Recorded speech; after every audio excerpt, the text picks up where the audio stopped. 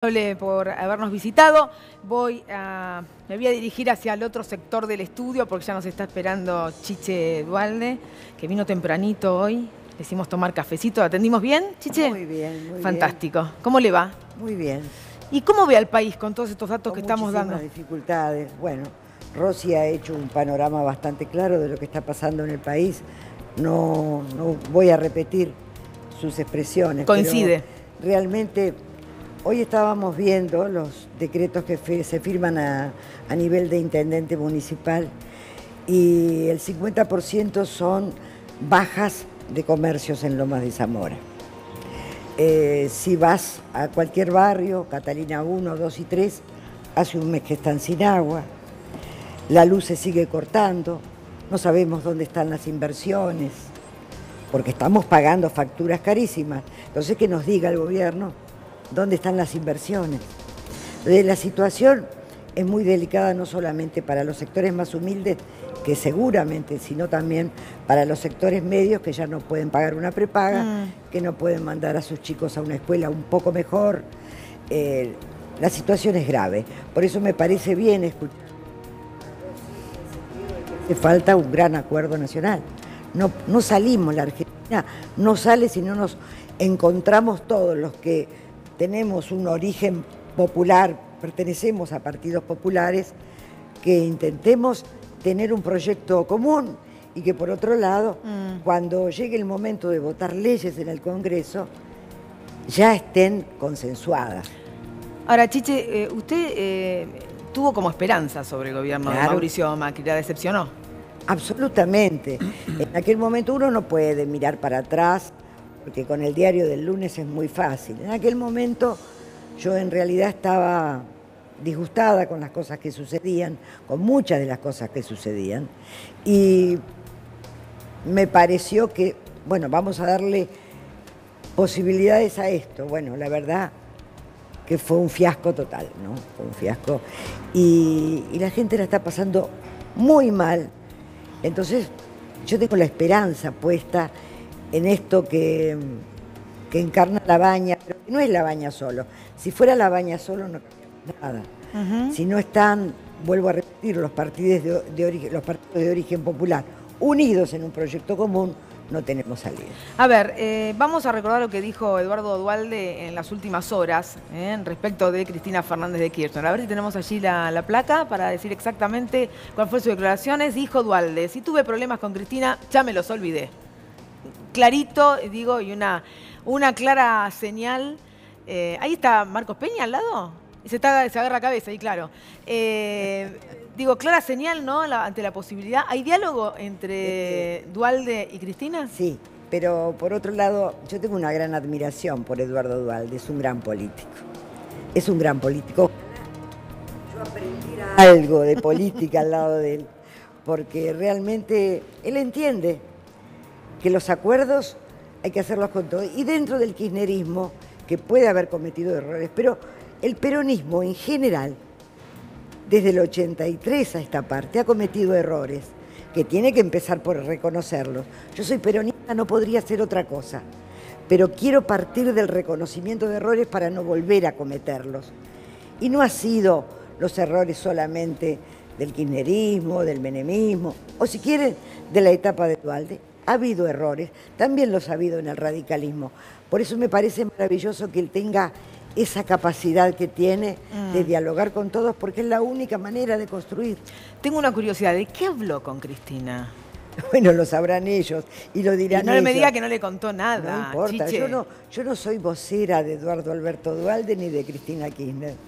Pero supongo que estará interesada en saber por dónde va esto. A ver, porque ahí Eduardo Valdés decía anoche: Dualde está hablando con Cristina, Cristina lo llamó, estuvieron charlando. Esto también indica La Baña. Entonces, digo porque La Baña dijo hace unas horas: yo estoy dispuesto, veré en junio si soy candidato, pero no voy a una interna. ¿Por qué no quiere ir a una interna? No, yo creo que las leyes hay que cumplirlas y creo que las pasos hay que pasarlas, valga la redundancia.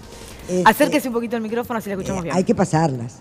Si se logra un gran acuerdo, bueno, igualmente hay que pasar por las PASO, aunque haya una sola lista. Así que me parece que ese es un paso inexorable que hay que dar. Y estoy observando con alegría que hay mucha... La gente pone expectativas en un hombre que pueda cerrar la grieta, que es una grieta que realmente no nos permite crecer, y por otro lado que entienda de economía. Porque yo no sé si este gobierno no entiende, no quiere, no puede, como dijo Alfonsín en su momento. No lo entiende. Tenemos la placa de protección al menor y seguimos, a ver.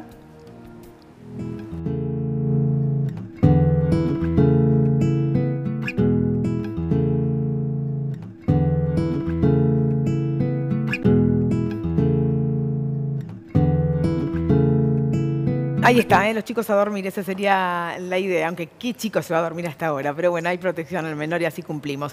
Chiche, ¿el límite para usted también es Macri? Yo creo que Macri le ha hecho mucho daño al país, por inexperiencia, por insensibilidad, por lo que sea. Y me parece, vuelvo a repetir, la necesidad de que todo el arco opositor se una es absolutamente necesario. Vamos con algunas preguntas, Lucía. Sí, Chiche, yo le quería preguntar, porque Lavagna hoy fue muy claro en decir que él, su límite es Macri, pero también marcó que su límite es Cristina Kirchner. ¿Qué le hace pensar que se va a poder llegar a un gran acuerdo nacional que incluya el kirchnerismo si las primeras declaraciones de Lavagna después de 2 años son decir el gobierno anterior también fracasó? Yo creo que él fue en su momento crítico del gobierno de Cristina cuando hace aquella declaración donde habla de la cartelización de la obra pública. Evidentemente, él da un paso al costado y tendrá su manera de pensar. Y a mí me parece que dentro del kirchnerismo hay mucha gente muy valiosa. Rossi es una de esas personas. Entonces me parece que tenemos que dejar de mirar para atrás, porque vivimos mirando para atrás. Y los dirigentes muchas veces están mirando el ombligo todo el tiempo sin darse cuenta de que hay muchos problemas que resolver. Hoy estuve toda la tarde trabajando el tema del grooming. Un tema gravísimo, que los padres no toman conciencia. Estamos con la escuela de doble jornada que no se lleva a cabo en el país cuando es fundamental tener a los chicos en la escuela todo el día. Hay tantos temas que nos tienen que unir. Entonces terminemos, ¿viste? Porque así no avanzamos. A ver, está Vanessa Sile, la diputada de Unidad Ciudadana, escuchando atentamente lo que estamos charlando, ¿no es cierto? Porque yo digo, después de escucharlo a Rossi y a Chiche Duhalde, pareciera que la unidad es un hecho, Vanessa. No sé si coincidís. Esperemos que sí. Creo que sería importante como agregar a cuando se habla de la unidad o cuando se habla de planteos respecto de la unidad electoral o la unidad de los dirigentes, también hablar de que hay un proceso que se está dando en la Argentina, que es la unidad de los sectores que están luchando, ¿no? Entonces, de repente vemos que las 7 cámaras de pymes se han unificado en un planteo común para protección de la pequeña y mediana empresa. Vemos, por ejemplo, yo pertenezco al sector sindical, hemos conformado un frente sindical para el modelo nacional, distintos sectores de gremios que antes había tal vez una diferencia, una rencilla, y que también nos hemos unificado en pos de eso. Creo que la unidad del trabajo, de la producción, de los sectores que están defendiendo, de la economía popular también, porque la verdad que en los barrios más humildes hay hambre. A esta altura del partido hay hambre. Entonces creo que la unidad tiene que también ser empujada, la unidad política, por parte de los sectores que están dando una defensa muy fuerte en esta materia de derechos. Sí. Creo que hay una estrategia del gobierno que es dividir, ¿no? Dividir, por ejemplo, ahora dicen que la reforma laboral la llevan adelante por sectores. Entonces quieren flexibilizar los derechos de los trabajadores textiles, los derechos de los trabajadores metalúrgicos y demás.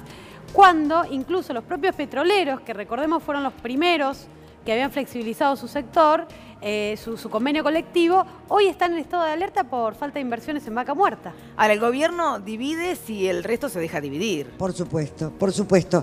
Yo creo que hay que conformar nuevamente, no sé si una mesa del diálogo, pero un gran acuerdo donde estén sindicalistas, empresarios, todos sentados, porque todos tienen un poco de razón. Y en ese poco de razón que tiene cada uno hay que ver qué es lo más urgente. Y la única manera de encontrar lo que es más urgente de resolver es que se sienten todos juntos. Por eso ellos trabajan así, ellos tienen un diálogo radial, ¿no? Con este, después con este. Y es como en la familia, cuando vos tenés como yo 5 hijos y hablás con uno y después hablas con el otro, pues no lográs un acuerdo. Entonces lo que hay que hacer es que ese diálogo nos involucre a todos, no por sectores, obviamente. Tengo abierto el control, chicos, aquí en mi audífono. Por favor, si no escucho todo lo que pasa en el control y no puedo escuchar a los invitados. ¿Me están escuchando ustedes a mí? Vamos a corregirlo. A ver, Néstor. Buenas noches, señora. Una de las razones por las cuales Mauricio Macri, una de las razones, es presidente es porque en 2015 no hubo esa gran interna dentro del peronismo del Frente para la Victoria de aquel entonces. En 2017, pese a esa experiencia, la expresidenta volvió a negar una gran interna, en ese caso con Randazzo. ¿Qué le hace pensar que ahora va a ser diferente? Yo creo que lo que hemos vivido, lo que estamos viviendo, está haciendo madurar de alguna manera la dirigencia. Obviamente hay muchos candidatos que quieren ser, y está bien que se planteen el querer ser. Ahora, también siento íntimamente que todos, llegado el momento, se van a unir detrás de un proyecto común. Por eso me parece que estamos en un momento muy diferente a las elecciones anteriores. Estamos tocando fondo y el fondo nunca se encuentra. En realidad nunca tocamos fondo, podemos seguir bajando. Ahora, ¿son capaces de superar las diferencias personales? Usted en algún momento tuvo una muy buena relación con la expresidenta. Yo no me la imagino hoy reencontrándose con ella. Yo nunca tuve buena relación con la presidenta. ¿Por qué? Kirchner. ¿Por qué, Chiche? Porque tenía mis diferencias ya desde cuando estábamos en el Congreso. Pero eso es un tema personal que yo no lo puedo trasladar a la política. A la política. Por eso digo que estoy tan lejos de la capacidad política de Eduardo Alberto Duhalde. Pero bueno, todos los días intento aprender. ¿Usted es más rencorosa, me quiere decir? No sé si más rencorosa. Yo hay cosas que no olvido, pero no importa lo que yo personalmente piense, sino lo que piensa la ciudadanía en general. ¿Qué quieren los ciudadanos? Únanse, júntense, sáquennos adelante toda la dirigencia. Entonces yo no puedo estar pensando en mí o en mis pensamientos que han sido históricos. Claro, pero el tema es que esa unidad, en el caso de que se produzca, sea perdurable. Pero que no si pase no de la alianza, por ejemplo. Claro, si no hay un proyecto que unifique a los grandes partidos de origen popular, que cuando los proyectos lleguen al Congreso estén consensuados y haya, vuelvo a repetir, un proyecto a 20 años para la Argentina, que quien gobierne lo lleve, no tenemos destino. Entonces no importa lo que piense Chiche. Chiche puede tener un pensamiento mezquino, si quieren. Lo que importa es lo que piensa la sociedad. La sociedad quiere que nos unamos. Y las encuestas están diciendo, digo, en ese marco, Chiche, que la que más votos tiene o intención de voto tiene es la expresidenta. Hoy está, como estamos divididos, o es River o es Boca, entonces Macri o Cristina. La figura de Labaña está atrayendo mucho a la sociedad, siempre en el marco de cerrar la grieta, y yo creo que cuando Labaña lance su candidatura va a atraer muchos del sector del macrismo y del peronismo. Los peronistas tenemos esa virtud. Cuando llega el momento nos unimos y vamos todos hacia adelante. Agustín. Sí, no, escuchaba, a ver, digo, Eduardo Duhalde fue uno de los primeros en instalar esta idea de la posibilidad de candidatura de Labaña, siempre con un análisis político, esto de cerrar la grieta. Ahora, desde el punto de vista económico, recién hablaba usted de un proyecto a 20 años, la necesidad de un proyecto a 20 años, que hoy no se vislumbra ese proyecto, claro. Los argentinos no lo están viendo. ¿Cómo imagina un posible gobierno de Labaña? Ustedes habrán hablado y mucho con él, ¿como un gobierno de transición en materia económica o con la intención de tomar medidas de fondo para revertir esto en 180 grados? Yo creo que el gobierno de Labaña, que no puede tener aspiraciones a ser reelecto, va a ser un gobierno que va a intentar, y ojalá lo logre, poner las cosas en orden. Y después lo que tenemos que tener los argentinos, y fundamentalmente los dirigentes, es la capacidad de darle continuidad a las buenas políticas. Esto es lo que hay que hacer. Me parece importante remarcar una cuestión. Por lo menos de nuestro espacio político, Unidad Ciudadana, nosotros las anteriores elecciones fuimos adelante con un programa de gobierno donde, discutido con distintos sectores, propusimos qué hacer con las tarifas, qué hacer con las empresas energéticas. Entonces, la propuesta nuestra es claramente que el Estado recupere el control en manos del Estado, un derecho humano como es la provisión de agua, de luz, de energía, digamos. La situación del trabajo, la situación de los derechos, la situación de las importaciones, creo que la cuestión programática es fundamental para cualquier esquema de unidad. Obvio. O sea, si nosotros no nos sentamos solamente para acordar en base a una cuestión electoral y no incorporamos a sectores claves y estratégicos de la sociedad argentina, como es el trabajo, la industria, los sectores sociales, en base a un programa escrito al cual suscribamos y nos comprometamos a llevarlo adelante. También va a ser muy complejo, digamos, plantear una unidad duradera. ¿Y por qué supones que no va a ser así? No, nosotros apostamos a que así sea porque ya lo hicimos. Estamos diciendo lo obvio. Sí. Estamos diciendo lo obvio. Sí. No puede haber un acuerdo si no están todos los sectores que componen el quehacer nacional de acuerdo y alguna vez una plataforma electoral que se cumpla. Y fuerte vocación democrática, porque también en estas elecciones, en este año 2019, hay que alertar distintos mecanismos que puede utilizar, porque ya lo ha venido haciendo el oficialismo, ya sea para ensuciar las elecciones, ya sea para contratar a una empresa que cree una plataforma digital para el conteo de votos. Creo que la vocación democrática, la transparencia electoral, las no proscripciones, las no persecuciones tienen que ser también una base de la unidad, ¿no? Creo que la fuerte vocación democrática hay que apostar. Vos sabés mucho que a esa hoy cuestión. Estuvimos reunidas con un montón de ex legisladoras, porque yo trabajo no trabajo, sino que pertenezco al círculo de ex legisladores, y estamos todos muy preocupados por la elección. Y hemos tomado, entre las decisiones que estamos tomando, justamente, es el control de las elecciones. ¿Tienen miedo de que haya un fraude? No, yo creo que hay que hacer lo que nunca hacemos del todo bien. Los ciudadanos, los que no estamos ocupando cargos, los que tenemos alguna experiencia, tenemos que estar atentos, cada uno en su lugar. No porque suponga, sino porque no tiene que quedar la menor duda sobre los resultados electorales. Y para eso la sociedad también tiene que participar. Yo en Lomas de Zamora estoy pregonando, no se puede seguir haciendo política pagándole a los punteros que reparten la boleta, que hacen... No, estas son cosas vocacionales, que antes, cuando era joven yo, se hacían por militancia, por amor. Hoy todo se paga. Eso también se tiene que terminar. Vanessa, ¿qué tienen los más jóvenes del partido para decirle a aquellos dirigentes que ya tienen su experiencia, sus años, que han gobernado? ¿Dónde están ahí si existen esas diferencias? Si pienso en la Cámpora y pienso en la dirigencia del PJ. Creo que uno de los grandes valores de nuestro país es la enorme cantidad de jóvenes que nos hemos incorporado a la política y al mundo sindical también, digamos. Yo soy secretaria general de un gremio hace 8 años, ya voy por mi segundo mandato. Y esa base de militancia y de acción política es una herencia muy sana de la democracia argentina y más de los partidos populares. Bueno, creo que los dos grandes partidos populares siempre han tenido los espacios de juventud y eso hoy creo que ha atravesado los distintos sectores. Es bueno que también llegue a los niveles dirigenciales y para mí creo que hay una experiencia que hay que amalgamar, juntar a la juventud, la fuerza de la juventud, la voluntad de la juventud, con la experiencia de nuestros compañeros que ya llevan años en cargos conduciendo una organización, conduciendo un partido, un municipio, lo que fuera. Digo, creo que lo que sí, si puedo desde mi lado de joven, aunque ya tengo 34 años, pero creo que hay que seguir apostando, por lo menos yo le diría a todos los grandes dirigentes de este país, hay que seguir apostando con tener un país democrático y no permitir que en la Argentina suceda ejemplos como lo que están pasando en América Latina, como el caso de Brasil.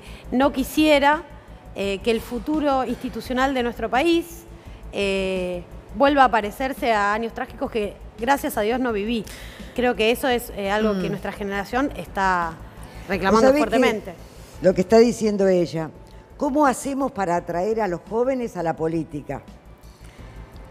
Si los métodos son muy viejos, ¿qué joven va a ir a una unidad básica? ¿Qué joven va a ir a un comité?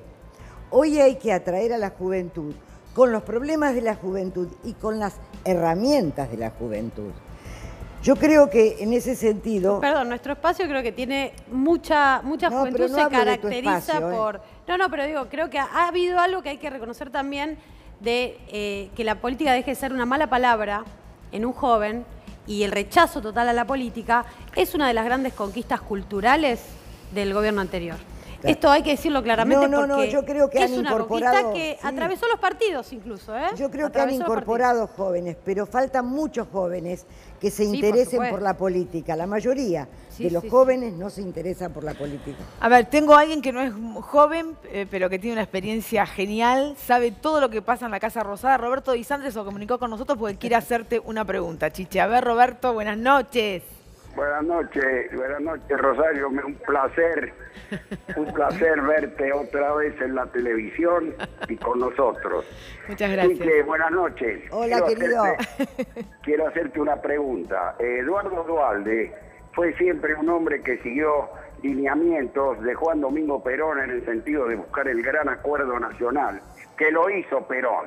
Y él lo hizo en el 2001, logrando que el país saliera adelante con un equipo económico fantástico donde estaba Roberto Labaña, que había sido director de precios en la época de Perón.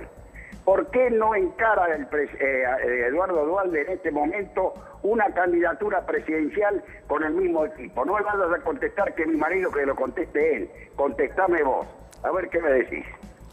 No, él en realidad siente que no es su momento, que él ha pasado 30 años de tarea ejecutiva. Son muchos años, mucho esfuerzo y siente que, bueno, hay que proponer. Y por otro lado, fue una sorpresa cuando algunos sociólogos encuestadores nos dijeron, ustedes tienen el cisne negro y no se dan cuenta. Y ahí nos hablaron de Roberto Labaña como el hombre que mejor imagen tenía. Todavía no intención de voto porque ni se hablaba de Labaña. Entonces nos pusimos a trabajar en ese proyecto. Pero Eduardo Duhalde sigue como lo que es, un hombre absolutamente enamorado de la política, sigue acompañando. Gracias, Roberto. Un abrazo y te seguimos viendo. Gracias, chau. Gracias. Chau. A ver, vamos a compartir lo que nos trae Agustín Datelis, porque estos números que él nos va a explicar son los que quien llegue al gobierno el 10 de diciembre va a tener que revertir. Tarea nada sencilla para el que le toque gobernar a la República Argentina. Agustín. Así es, Rosario, tarea nada sencilla, sumando otras cuestiones, como por ejemplo, hablábamos con Agustín Rossi hace un rato, el nivel de endeudamiento que va a tener la economía argentina. Mira, acá te voy a repasar algunos datos que salieron, se publicaron oficiales en el día de ayer, vinculados con dos sectores muy importantes, claves, la industria, la construcción, y te voy a sumar otro dato que tiene pocas horas, hace un rato, que tiene que ver con la producción automotriz. La industria, el dato es que la medición de diciembre, el último mes del año pasado, contra el mismo mes del año anterior, diciembre de 2017, tuvo una caída de, a ver, la magnitud, 14,7% de caída. La industria en la Argentina es un dato muy, muy fuerte. Y si tomás el acumulado para todo el año, la caída de la industria es del 5%. Vos pensás que la actividad económica en general en Argentina, el año 2018, todavía no está el dato cerrado, sí, pero se habla de que va a caer más o menos un 2,5%. Es terrible la caída. Bueno, la industria está cayendo el doble. Un 5% a lo largo de todo el año es enorme. Esto obviamente implica menos empleos en el sector y una situación muy difícil de revertir. Si nos metemos en alguno de los principales sectores dentro de este indicador, vamos a dar cuenta de algo que venimos contándote ya también durante el año pasado. ¿Cuáles son los que más sufren? Fíjate el sector textil, sí, la caída que presentó, que además es muy generador de empleo este sector en Argentina, 36,3% de caída, diciembre contra diciembre. Muebles, otro sector importante, 31,3%. Maquinaria y equipo, 29,4%. Automotores, una caída de 25,1% dentro del sector industrial. ¿Y esto por qué lo sumamos? La caída parece menor al lado de los demás sectores, 2,8%, pero es importante dar cuenta de que El rubro alimentos y bebidas también está cayendo. Es decir, la producción industrial de alimentos, algo básico, que tiene que ver con la alimentación que uno deja de consumir en el peor de los momentos, también está cayendo en Argentina la producción de alimentos un 2,8%. Si querés vemos algunos datos vinculados también con el empleo, que tiene que ver con esto que te acabo de decir. Cae la industria, cae la construcción, obviamente se pierde empleo. Fíjate esto, el empleo público, en el año 2017 se perdieron 6.715 puestos de trabajo en el sector público. El año 2018, 16.303. O sea, prácticamente más del triple, ¿sí? O alrededor del triple de lo que se había perdido en el 2017. Sector privado, se había perdido el año 2017 casi 30.000 puestos de trabajo, 29.819. El año pasado, 2018, 53.393. Si consolidás todo y lo sumás, te da que en el año 2017 se habían perdido 36.534 puestos de trabajo y en el año 2018 casi 70.000, el doble. Cuando te advertimos acá que se profundiza la recesión, la consecuencia es esta. Son cada vez más argentinos los que se van quedando sin trabajo. Esto es gravísimo. Claro por que eso lo hace es. un rato hablábamos de la disparada que va a haber este año de la tasa de desempleo. Por eso la pregunta, Chiche, es cómo se revierte eso, porque todos los números que damos todos los días son negativos. Lógico, este es un gobierno que no apuesta a la producción. Nosotros cuando mi esposo llega a la presidencia, lo primero fue la primera vez que se crea un Ministerio de la Producción. Acá no se tiene en cuenta el valor del trabajo y que las economías regionales están con problemas, no se ayuda ni a las pymes ni a las pequeñas empresas, roles que también tiene que ayudar el municipio a cumplir. Cada municipio tiene que ayudar a que se vayan desarrollando viveros de empresa, todo lo que tenga que ver con el trabajo es lo prioritario. Pero no es un modo de pensar el Estado que tiene la administración actual. Sí, yo puedo coincidir con Rosy, que evidentemente ellos no lo vivieron. Ahora, lo que no creo que por no haberlo vivido vos no tengas sensibilidad para darte cuenta. A mí tampoco me echaron nunca de un trabajo. Claro. Pero eso no significa que no me dé cuenta de que hay cosas que no pueden pasar. Yo no lo entiendo. Claro, yo creo que es un modo de pensar el Estado, Sí, ¿no? sí, claro. Porque Aranguren dijo, por ejemplo, Bueno, respecto a lo la que energía, es cara, hay que pagarla. Y el que no tiene, que Y se bueno, embrome. tiene que sembrar. Claro. Vanessa, ¿vos cómo ves la posibilidad de cómo se revierten estos números? ¿Qué posibilidad para el que llegue a gobernar la Argentina? ¿Qué dolor de cabeza que va a tener? Por ejemplo, una de las industrias que mencionaba Agustín, que es la industria textil, ¿por qué cae tanto? Uno de los motivos es La por una importación, definición política de reabrir las Importaciones, importaciones. claro. Otro de los motivos es por los enormes tarifazos. La industria textil es una industria que está poblada de pequeñas y medianas empresas, incluso de cooperativas que no han podido seguir pagando la tarifa de luz. Les llega más tarifa de luz y directamente ya no les queda ni siquiera reducir personal o despedir, digo, que es otro drama también para las pequeñas y medianas empresas. Es una definición de gobierno y de qué pensás hacer con el país. Si aumentás las tarifas, abrís las importaciones, incrementás todos los costos, subís el dólar, claramente va a ser imposible que se mantenga la industria nacional y un mercado interno. Y también como consecuencia de esa política, de esa definición política, de esa manera de pensar de un gobierno, quiere flexibilizar el convenio colectivo de los textiles. Por suerte, para sacar derechos. Bueno, eso es reforma laboral solución, ¿no? que para el ministro de Economía Duhovne es modernizar, ¿no? Sí, o racionalizar. Así lo ha dicho.